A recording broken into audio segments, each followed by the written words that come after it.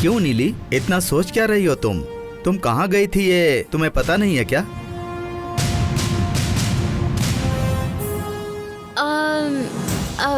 पता है अंकल, लेकिन मेरे बताने से कहीं आप सासू माँ की नजर में छोटे ना बन जाए, बस इसी बात का डर है मुझे। मैंने ऐसी कौन सी गलती की है? आप जरा चुप रहिए जी।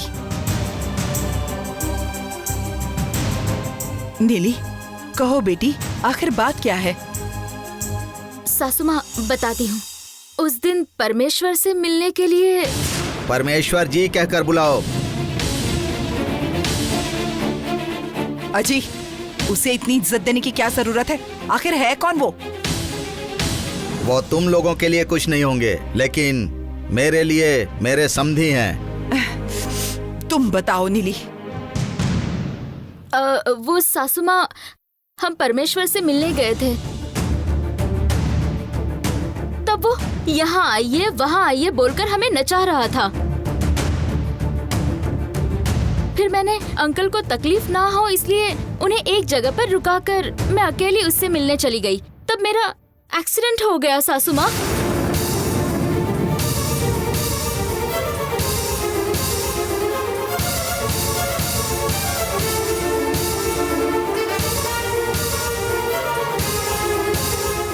फिर मैंने अंकल जी से कितना कहा पता है, अंकल आइए प्लीज मुझे बचा लीजिए, लेकिन उन्होंने मेरी तरफ मुड़कर भी नहीं देखा।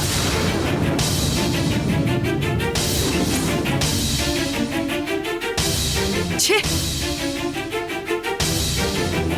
बाद में मैं वहाँ बेहोश पड़ी थी। कुछ लोग आए और उन्होंने मुझे बचाया। तुम झूठ बोल रही हो नीली, मुझे तुम पर विश्वास नहीं है। तो फिर सच्चाई आप ही बता दीजिए अंकल।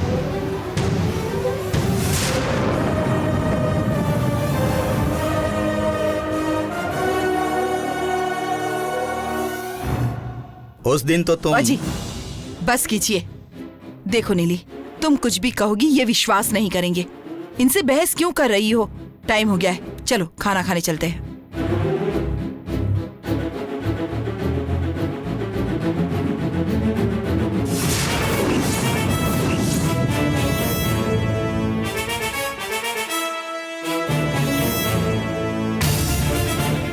क्या हुआ अंकल जी, आप मुझे फंसा देंगे सोच रहे थे क्या?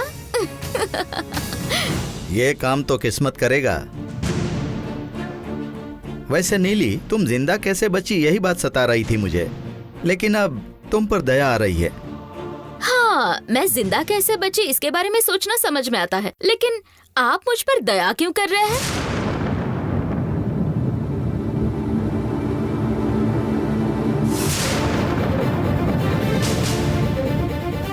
अच्छे लोग एक बार ही मरते हैं, पर तुम कितनी बार मरोगी सोचकर ऐसा कहा।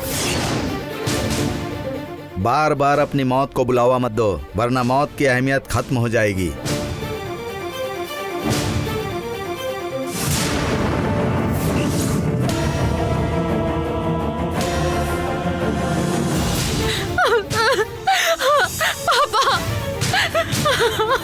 नंदिनी, क्या हुआ? विराट, पापा पापा पापा पापा को लेकर चला गया। पापा को कौन लेके चला गया?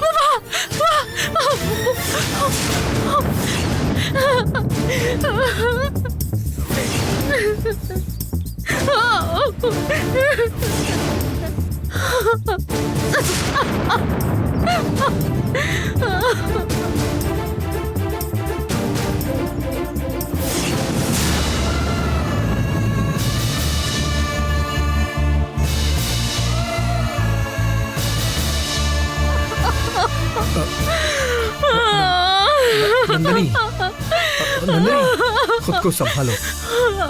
मुझे ठीक से बताओ कि हुआ क्या है? पंछी, एक पंछी आया और पापा को ले गया। पंछी ने? हाँ, पंछी वो आया और पापा को उठाकर ले गया।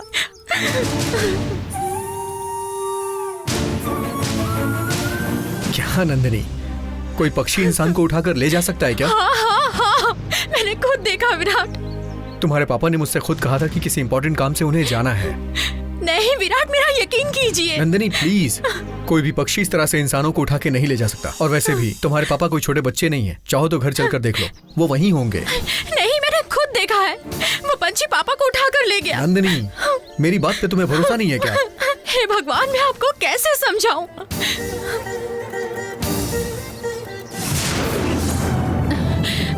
अगर मैं यहीं रुकी तो पापा को बचा नहीं पाऊंगी। पहले ये बात त्रिशला को बतानी होगी, उसकी मदद लेनी होगी। मुझे अभी घर जाना चाहिए।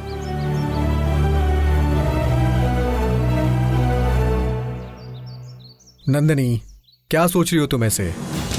कुछ नहीं, मुझे घर छोड़ देंगे प्लीज?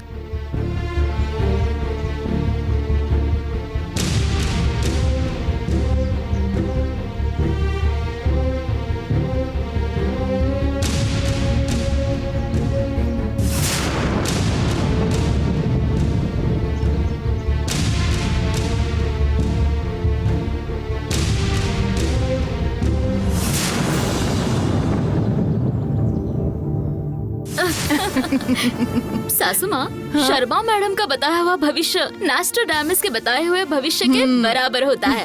आप देखिएगा सासू माँ, अब विराट मंदिर से अकेला ही घर आएगा और मैं विराट नंदिनी कहाँ है उसे पूछूंगी और वो कहेगा कि मुझे नहीं पता। फिर मैं अरे रे रे रे, शादी होने के दूसरे ही दिन पत्नी पति को बताए बगैर उसे छोड़कर भाग गई क्या पूछूंगी। ये सुनकर बेचारा विराट उदास हो जाएगा। तब मैं विराट तुम्हारे साथ ऐसा नहीं होना चाहिए था बोलकर उसे दिलासा देने का नाटक करूंगी। बाद में मैं अगर उसकी जगह पर होती तो तुम्हारी खींची हुई लक्ष्मण रेखा को मैं सपने में भी पार नहीं करती, ऐसा कहूंगी।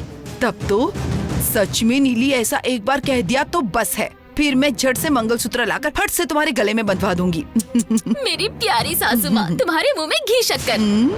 नीली, सॉरी सासू माँ, एक्साइटमेंट में मुंह से निकल गया, सॉरी।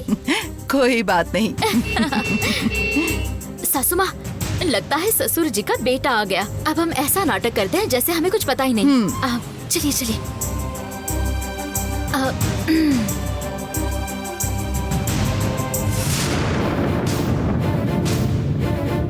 सासू माँ, मैं जाकर पूछती हूँ। विराट, पूजा अर्चना सब कैसे हुई? अच्छे से हो गई। सास ससुर के नाम से भी पूजा करवाई ना? उनकी उम्र हो गई है, वो खुश रहेंगे तो हम खुश रहेंगे।